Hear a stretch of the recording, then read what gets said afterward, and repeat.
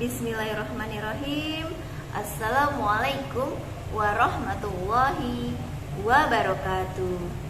Apa kabar anak-anak ibu semuanya? Semoga kita semua dalam keadaan sehat walafiat. Pada kali ini, ibu di sini akan menginformasikan kelanjutan dalam program proyek penguatan profil pelajar Pancasila yang kedua di sekolah kita, yaitu berkenaan dengan tema berrekayasa dan berteknologi untuk membangun NKRI. Setelah kalian memahami pentingnya menjaga lingkungan dan menyadari pentingnya memilih sampah sesuai dengan jenisnya, ibu akan menjelaskan bagaimana cara memanfaatkan limbah sampah menjadi kerajinan yang bermanfaat, yaitu mengolah sampah plastik menjadi ekobrik. Berikut ini merupakan langkah-langkah dalam pengolahannya. Langkah selanjutnya adalah bahan-bahan yang diperlukan dalam membuat ekobrik. Yang pertama adalah botol aqua. Kenapa menggunakan botol aqua? Karena di sini dalam bentuk teksturnya saja itu lumayan lebih tebal dibanding dengan botol yang lainnya. Namun botol yang lain pun bisa. Cuma untuk kali ini kita akan menyeragamkan botol yang digunakan adalah botol kemasan yang berjenis seperti aqua sebesar 1,5 liter. Kemudian bahan yang kedua adalah timbangan digital, kemudian gunting, kemudian kayu atau kayu bendera semapur kalau kalian punya di rumah boleh digunakan, atau benda yang bisa masuk ke dalam nanti ke botol, karena ini berfungsi untuk memadatkan untuk memadatkan sampah nanti ketika sudah dalam keadaan penuh. Kemudian selanjutnya adalah wadah untuk tempat sampahnya. Ketika nanti memulai, ini untuk wadah sampah dari yang kita akan kelola. Kemudian setelah baskom atau wadah tempat yang akan digunakan adalah kain perca atau kain yang sudah tidak terpakai, ini bisa kita gunakan juga. Dan tentunya bahan bakunya adalah sampahnya. Nah, kita sudah gabungkan ini sampah yang kita kumpulkan tadi. Langkah berikutnya adalah memilah sampah. Pada saat ini sampah kita belum pilah-pilah, di mana sampah yang masih dalam keadaan bersih ataupun kotor. Dalam arti di sini kotor, masih ada bekas-bekas, misalnya kalau di plastik makanan snack coklat masih terdapat coklatnya. Nah, dihimbau sebelum kita olah sampah ini, kita cuci dulu, kemudian kita keringkan. Keringkannya bagaimana? Kita tiriskan saja, kita diamkan. Setelah kita cuci pakai deterjen, kemudian kita diamkan, kita jemur, kemudian baru kita bisa olah ketika dalam keadaan kering. Jika sudah dicuci dan sudah dalam keadaan kering, kain percanya bisa kita gunakan, yaitu kita elap yang masih dalam keadaan lembab, kita elap agar sampah yang kita akan gunakan itu dalam keadaan sudah higienis atau sudah bersih. Baik, langkah selanjutnya setelah sudah memilah sampah, sampah kita gunting di wadah tempat yang sudah kita sediakan, yaitu kita gunting sampahnya.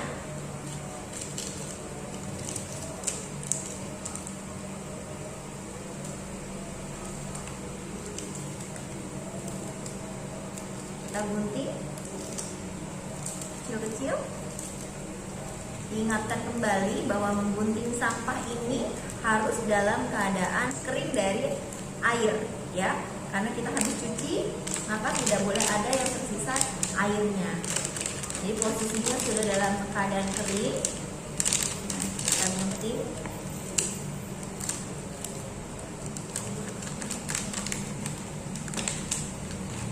Guntingnya kita kecil-kecilkan saja.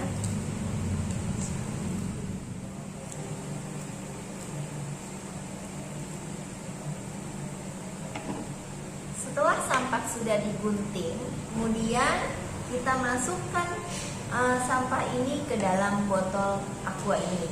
Sebelum dimasukkan, sudah tentu botol ini dalam keadaan kering. ya, tidak kotor dan tidak basah ataupun lembab. Jadi posisinya sudah dalam keadaan kering botolnya. Dan sebelum dimasukkan sampah yang sudah kita gunting-gunting, kita awali dengan dimasukkannya kantong plastik ini. Ya, sebelumnya kita masukkan dulu untuk pertama, karena fungsinya untuk memadatkan nanti ketika sudah penuhnya guntingan-guntingan sampah yang akan kita masukkan ke dalam botol ini. Kemudian kita padatkan plastik ini ke paling bawah. Jika sudah rapi, sudah rata, ya, sudah rata di bawahnya, baru kita masukkan sampah yang ada di wadah. Coba, ini adalah fungsi untuk kayu atau kayu bendera semapurnya untuk memadatkan sampah yang ada di dalam botol. Kemudian kita masukkan sampah yang sudah kita guntingkan tadi, potongan sampahnya satu persatu sampai penuh. Kondisi penuh ini jika ukurannya 1,5 liter itu mencapai beratnya 550 gram, itu minimalnya.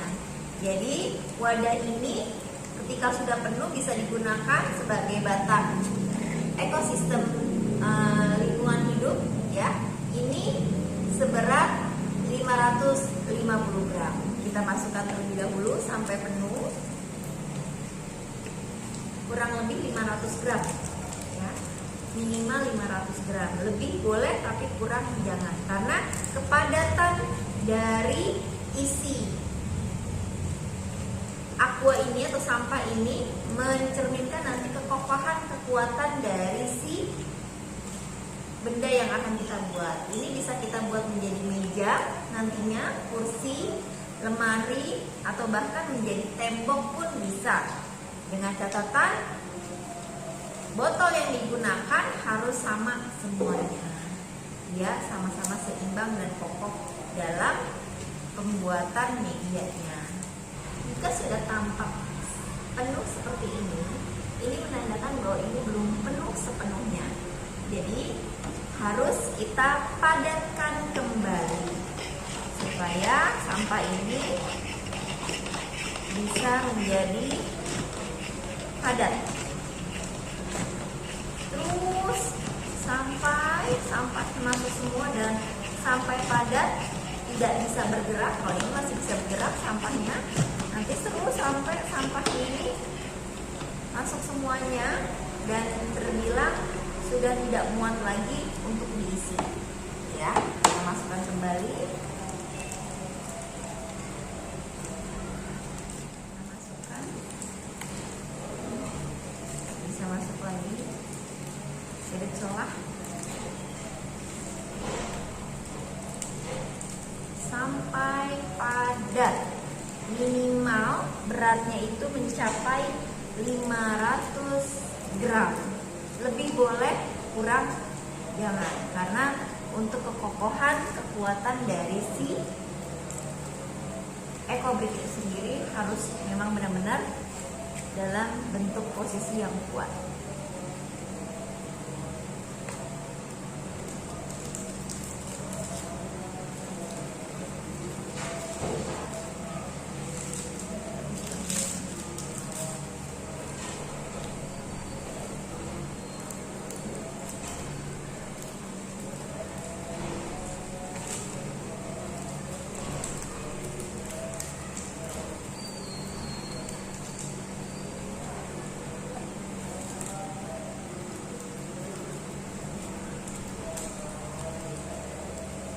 Cek lagi ya.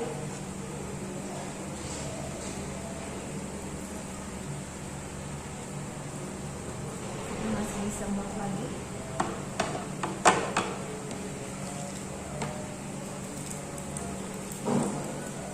Jika sudah masuk semua, nanti kita timbang berapakah beratnya ini, ya. Bentar, masih ada sisaan sedikit.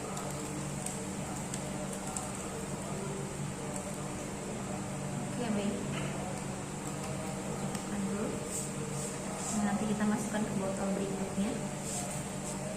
Inilah gunanya wadah, untuk memudahkan kita memasukkan limbahnya atau sampahnya ke dalam botol.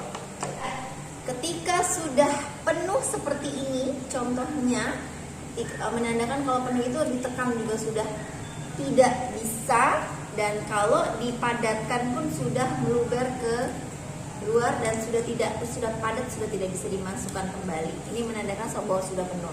Kita buktikan untuk berapa beratnya, apakah sudah mencapai 500 gram. Jika belum, berarti masih bisa dipadatkan lagi, bisa dimasukkan lagi kayunya untuk dipadatkan dan dimasukkan lagi sampahnya. Minimal targetnya adalah 500 gram. Kita coba apakah beratnya sudah mencapai target.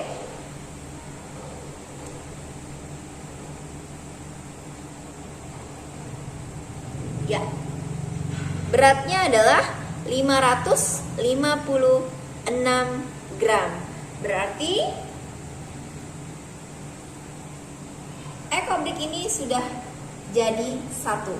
Kita lanjutkan kegiatan ini terus menerus sampai target yang tercapai untuk membuat sebuah meja, kursi, dan sebagainya.